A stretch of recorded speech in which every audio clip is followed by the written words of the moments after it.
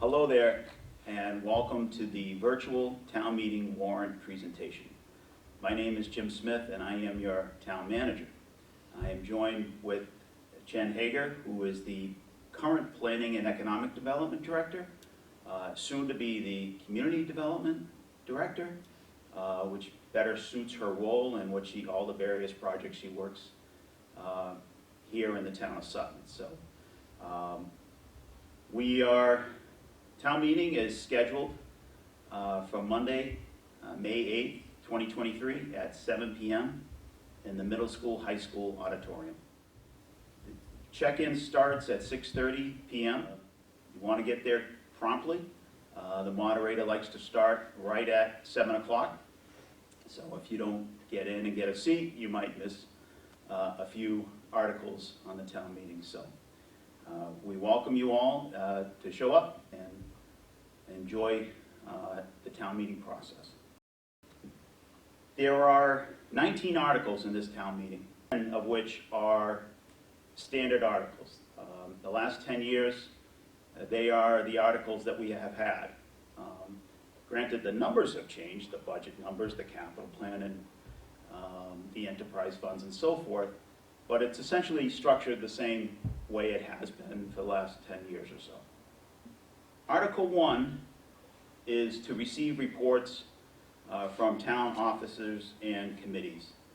This is generally where we accept the annual town report, and every once in a while we have a standing committee that gives a report to town meeting, but that hasn't happened in a few years. So, Article 2 is to authorize the cemetery commissioners to employ themselves. This is a requirement under Massachusetts General Law 268A, which the legislative body in a community, which is town meeting, authorizes the cemetery commissioners in this article to employ themselves. That's to avoid a conflict of interest violation. So this allows the cemetery commissioners to get involved with burials and so forth. So Article 3 is to authorize the Board of Health to employ themselves. Again, same requirement under Mass General Law. And we used to have Board of Health individuals that did inspections and so forth. We haven't had that in recent years, but it is a standing article. We like to keep it there just in case it's needed. So we'll see what happens with that. Article 4 and 5 are to fund our enterprise funds. We have two enterprise funds, the sewer enterprise fund and the transfer station enterprise fund. Article 4 is the sewer department, and Article 5 is the transfer station. And those are two very good operations. Sewer fees haven't been raised in 10 plus years, and transfer station is running smoothly, and Dave Arsenal is a great manager of that site, so we appreciate him and what he has done for the town. Article 6 is our annual operating budget, our FY24 operating budget. This year it's in for $37,819,797. A lot of information goes into that. There's a lot of information on our website, www.suttonma.org, that you can find Finance Committee, public hearings, presentations on the warrant at various board meetings, and commentary, as well as a copy of the warrant, the budget itself, and the capital plan will all be available online at the address I just mentioned. Article 7 is the capital plan, and this year the capital plan is in the amount of $1,228,500. It's a significant capital plan, but it's all about needs versus wants. And we're going to fund the majority of this capital plan through free cash. We will use the capital stabilization fund for a highway vehicle, but other than that, it's generally through free cash that we'll be funding all these articles. Article 8 is to fund underfunded accounts. That's where in FY23 we've run into a bit of a deficit in the existing year budget accounts, and we want to replenish those accounts generally with free cash, and I think that's what we're doing this year. The first one is snow and ice. We actually didn't have a bad snow and ice year as far as expenditures, but the cost of salt is so high, and the majority of that over expenditure is for salt costs. So while we didn't get a lot of snow, we do have to deal with the additional costs of salt in particular. The other underfunded account is charging stations at the school in the amount of $15,096. This was a project that was planned by our previous Green Communities manager. She was successful in getting a DEP EVIP grant as well as National Grid incentives, but when it all came out, we were $15,000 short. So this is to make that account whole to address those costs. So Jen Hager is our new Green Communities manager, among many other roles that she serves here in the town. So Article 9 is to authorize to borrow in anticipation of receiving Chapter 90. This is a standard article. We have yet to borrow in anticipation of revenue from Chapter 90, but it's there just in case. If timing issues or what have you, it's important to have it there just so we can move forward with road work and not have to wait for the state to deliver the Chapter 90 monies to the town. So it's just a safety mechanism, but again, we haven't had to utilize this since it's been on the warrant. Article 10 is prior year invoices. We have two that are related to the essentially construction of the new police station, and one which is just a timing issue with the transfer station. TriTech software system is $2,950. This bill goes back to 2019. We're going to take it out of the police station building funds. That account is still available, a small amount of money in that, but that will take care of that bill. And the other police bill is National Grid for $3,164.54.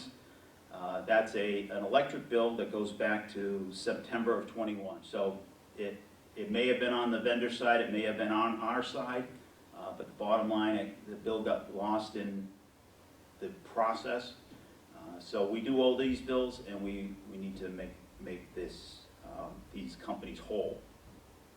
And the last is Pellegrino Trucking, $810.64 for the transfer station hauling. And this bill came in June of 2022. So that's when the bill was due. The year end generally occurs around July 15th. I think our finance director, Tim Harrison, keeps the books open as long as he can. But this is just one of those bills that came in, late, either again on the vendor side or on the town side. It just got lost, and we do owe this money. So we'll take care of this as well. Article 11, to transfer $700,000 from free cash to the school department special education audit district account. If you've watched any of our previous meetings, the select board or the finance committee, you realize that audit district special education is a real issue for the town of Sutton. Those costs have increased. In FY20 it was $1 million. In FY24 it's projected to be $2.5 million. That's $1.5 million increase over 3+ fiscal years. So it is an issue that we've had to deal with. Last year we started using $700,000 in free cash to address this issue. This year we're going to continue with that. The longer term forecast shows that special ed costs are going to drop down. Again, it's just a forecast. We don't know that's a certainty. That's our expectations at this point, but again, anything can happen with special ed, and it's an issue that we want to have every student in the town receive an appropriate education, and these are residents of the town, and we want to fund it. So that article was on this warrant last year, and it's on this warrant this year. Article 12 is to transfer $371,000 out of the special ed tuition stabilization fund to the special education account to pay for unanticipated costs in special ed since the budget was approved at last May town meeting. There have been some additional costs that have come in since the budget was approved last May. That variance is $371,000, give or take.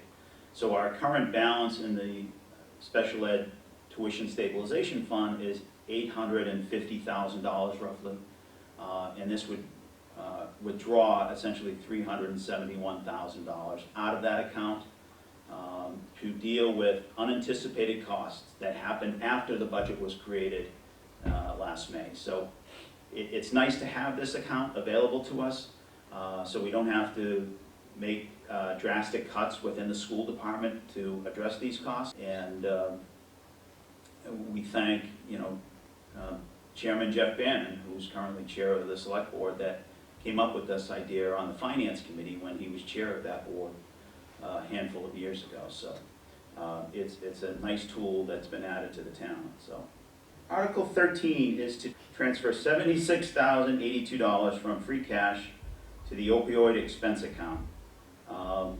This account will be overseen by the police and fire chief and overseen by me in total. Go to issues related to opioids. There is a state directive that lets us know what these settlement monies can be spent on.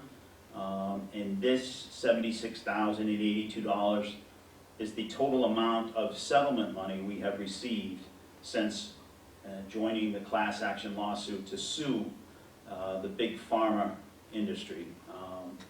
And these funds can go to work for us.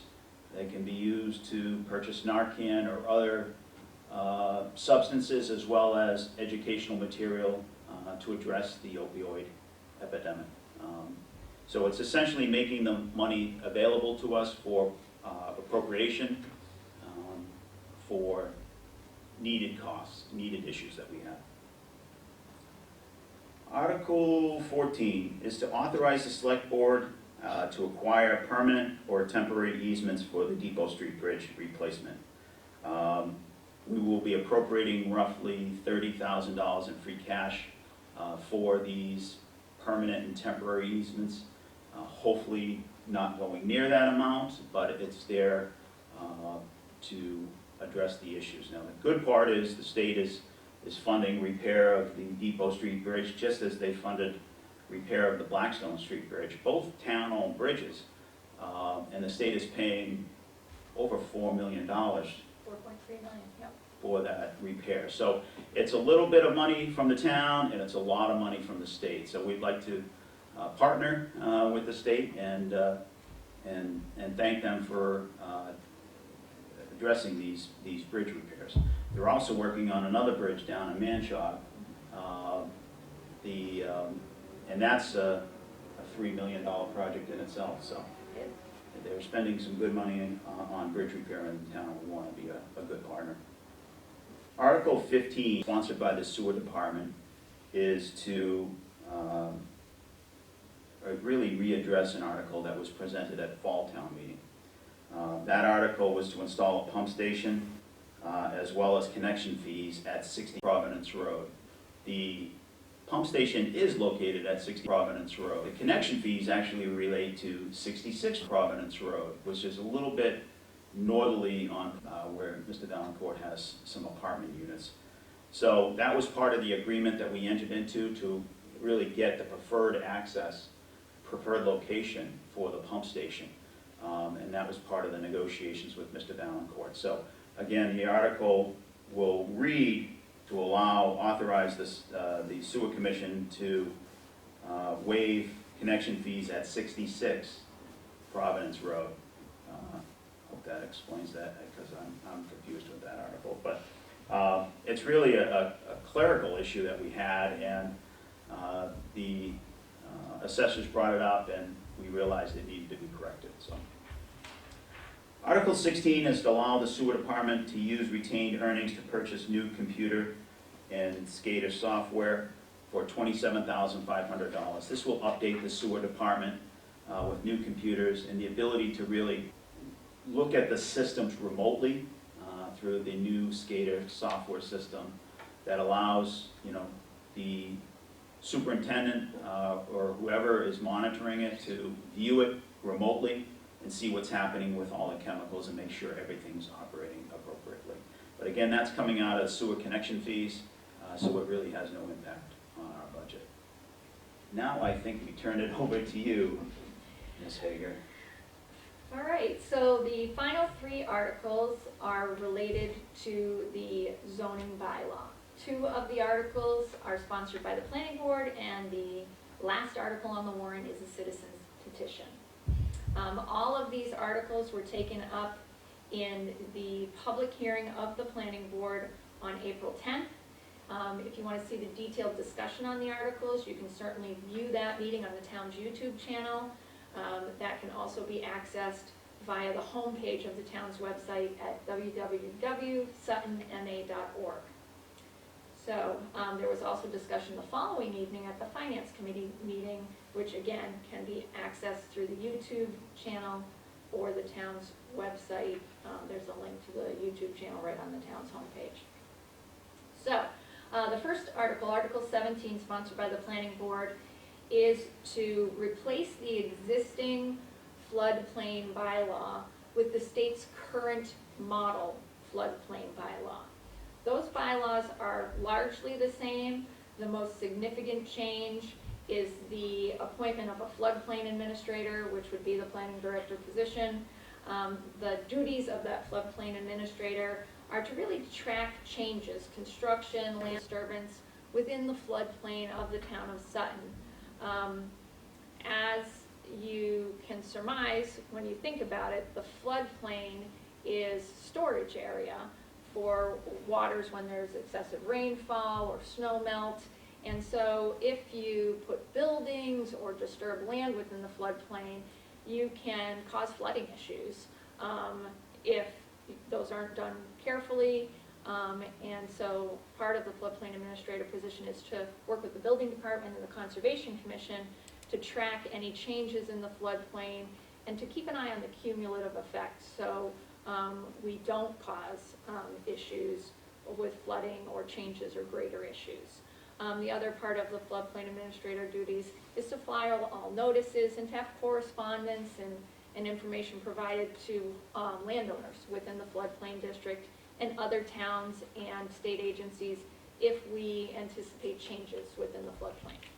So that's the major change between the existing bylaw and the state model. We could have made a series of changes to the existing bylaw, but it was just cleaner to just delete the existing bylaw and put in the state model. So the consequences if we do not replace the existing bylaw with the state model is that we'll be out of compliance with state and federal law. New flood maps for our area go into effect in June. And what would happen is if our bylaws aren't in compliance, any landowner in Sutton that has National Flood Insurance Program insurance would lose their coverage immediately the day after the maps become effective. There are 13 properties in the town right now that have National Flood Insurance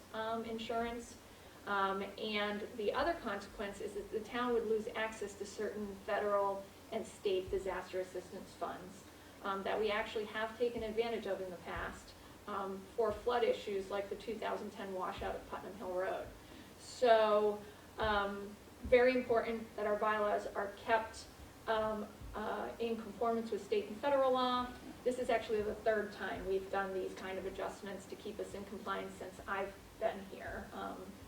So not unusual at all, but feel free to take a look at the details and give the planning office a call if you have any questions. The second article sponsored by the planning board is Article 18. Article 18 is a sign bylaw change. This actually came at the request of several town departments who were experiencing frustration with signage, changeable letter signage that we have at the town hall, that we have at the school department, that is really inefficient, it's hard to change and keep up with, and frankly, several employees have been bonked on the head by components of the signs when they're trying to change the lettering. So, well, how can we address this issue? There is a provision within our existing sign bylaw. It applies only to state, local, and nonprofit signage. Basically, it's an exemption for having to fill out a sign application and get a formal permit for a sign. So that exemption already exists within our bylaw for state, local, and nonprofit signage.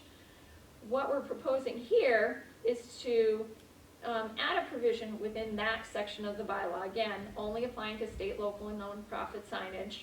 Nonprofit would be like the Lions Club signage. That would allow those three types of entities to apply for a special permit to waive or alter base sign standards and have a type of sign or a size of sign, or both, that is not otherwise allowed in our base regulations. So our base regulations control the size of signage and the type of signage and where they can be located. Needless to say, certain kinds of signs are allowed in the commercial district that are not allowed in the residential district. So our bylaws detail which signs and what size signs are allowed where. Those are the base sign standards. So this bylaw provision would allow state, local, and nonprofit entities to apply for a special permit, go through a hearing process with notification to any abutters within 300 feet of the signage to have a sign that is different from the base sign standards if the special permit granting authority, which in this case is the planning board, finds that that signage meets all the 5 standard special permit criteria that are in the law, as well as they find that there's a public purpose to needing a sign that is different from the base standards. In this case, obviously, the intent is to hopefully apply for and go through a public hearing for some electronic changeable message board signs at these locations. But again, through this procedure, it would only be allowed through a public hearing process. So that's the intent of this bylaw change. On both of these bylaw changes, the board were sponsors of this, and in their public hearing, they voted unanimously to recommend that town meeting approve these changes as the sponsors of the articles. The last article is a citizen's petition. Again, if you want to view the petitioner, the sponsor of the article, describing in detail why they're requesting the change, I would recommend you watch the planning board meeting or the finance committee meeting of April 10th and April 11th, available on the town's YouTube channel. I'm going to give you a general description of the change.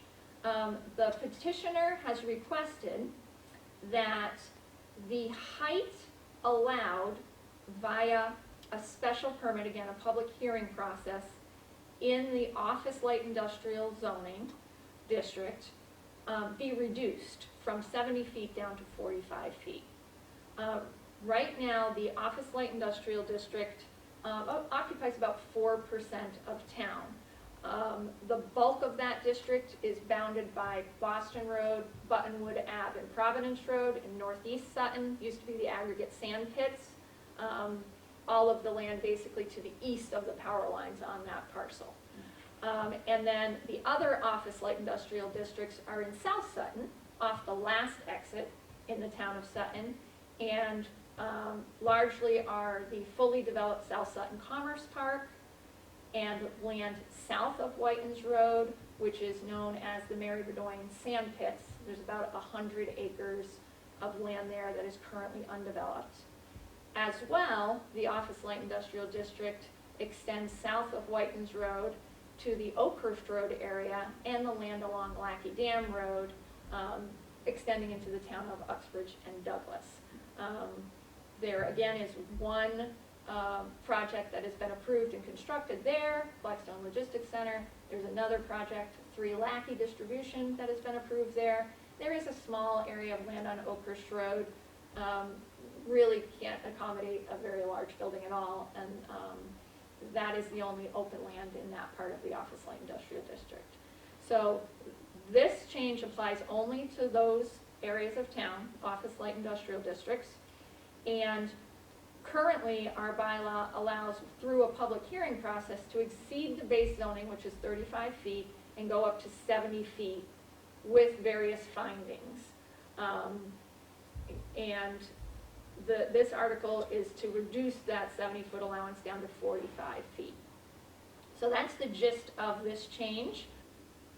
The planning board voted 3-2 to recommend this article to town meeting. In terms of the members who supported the petition, some of the reasoning they provided was that current industry trends do not appear to need higher than 45 feet, and 70 feet may not be appropriate in the town of Sutton.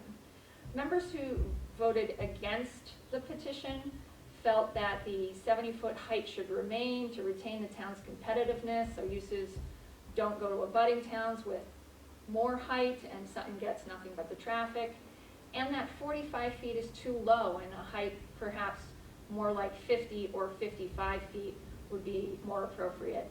And then there was an additional member who just recommended the article because he really felt that town meeting should have the ability to discuss and vote on this article on the town meeting floor.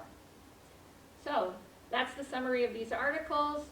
We really hope that you'll attend town meeting in May, and that you'll participate in this awesome twice-a-year process to shape and run your community. Thank you.